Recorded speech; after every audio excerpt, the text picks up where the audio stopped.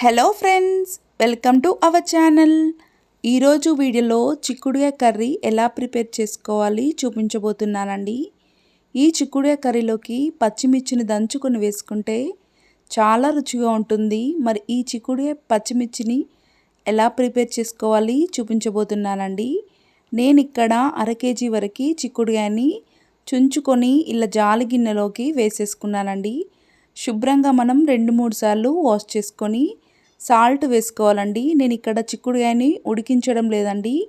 ఒక బౌల్లోకి వాటర్ వేసుకొని దానిపైన జాలి గిన్నె పెట్టేసుకొని స్టవ్ పైన పెట్టుకొని మనం చిక్కుడుకాయని ఉడికించుకోవాలి.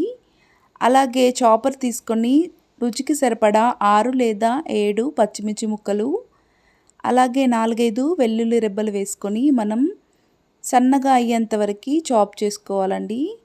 చూడండి, మనకి ఇలా చిన్న చిన్నగా ఉంటే తినేటప్పుడు చాలా రుచిగా ఉంటుందండి. ఇలా చాప్ చేసుకొని పచ్చిమిర్చి ముక్కల్ని మనం పక్కన పెట్టేసుకోవాలి. ఈలోపు మనకి చిక్కుడుకాయ కూడా చక్కగా ఉడికిపోయిందండి.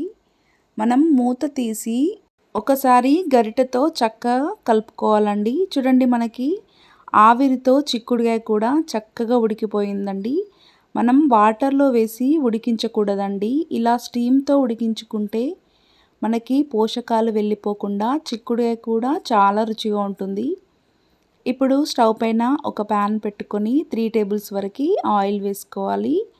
1/2 టేబుల్ స్పూన్ జీలకర్ర, 1/2 టేబుల్ స్పూన్ ఆవాలు, 1/2 టేబుల్ స్పూన్ శనగపప్పు, 1/2 టేబుల్ స్పూన్ మినపప్పు వేసుకొని దోరగా ఫ్రై చేసుకోవాలి. కొంచెం ఇలా ఫ్రై అయిన తర్వాత సన్నగా కట్ చేసుకున్న ఉల్లిపాయ ముక్కలు, కొంచెం కరివేపాకు వేసుకొని ఆయిల్లో మనం 1 నిమిషం పాటు ఫ్రై చేసుకోవాలి.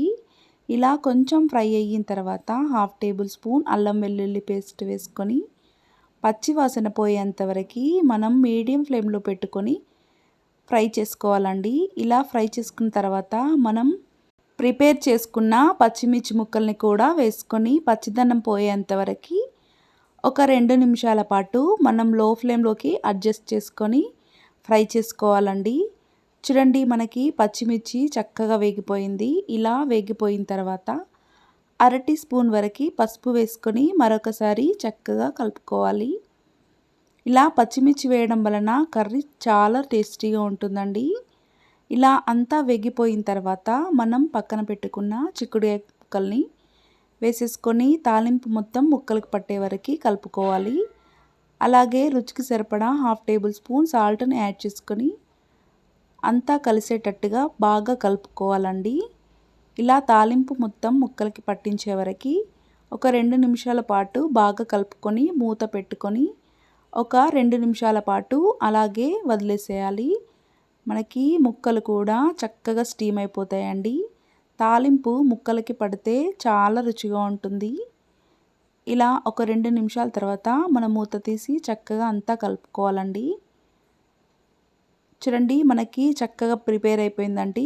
ఇప్పుడు సన్నగా కట్ చేసుకున్న కొంచెం కొత్తిమీరని యాడ్ చేసుకొని అంతా ఒకసారి కలిపేసుకోవాలండి. ఇక్కడ మనకి సాల్ట్ తక్కువ అనిపిస్తే కొంచెం యాడ్ చేసుకొని కలుపుకోవాలండి. మనం ఇక్కడ కారం యూజ్ చేయటం లేదు, ఓన్లీ పచ్చిమిర్చిని మాత్రమే యూజ్ చేస్తున్నాం కాబట్టి మీరు స్పైసీనెస్ని బట్టి పచ్చిమిర్చిని వాడుకుంటే చాలా బాగుంటుందండి టేస్ట్. ఇలా ఒక్కసారి తప్పకుండా ట్రై చేయండి, చాలా రుచిగా ఉంటుంది. ఇలా ఒకసారి అంతా కలుపుకొని చూడండి, మనకి కలర్ కూడా చేంజ్ అయిపోయింది. ఇలా అంతా కలిపేసుకొని ఒకసారి మూత పెట్టుకొని ఒక 2 నిమిషాల పాటు మనం లో ఫ్లేమ్లోనే దగ్గరకు వచ్చే వరకు ఉడికించుకోవాలండి. చూడండి, మనకి కర్రీ కూడా ఆల్మోస్ట్ దగ్గరకు వచ్చేసిందండి.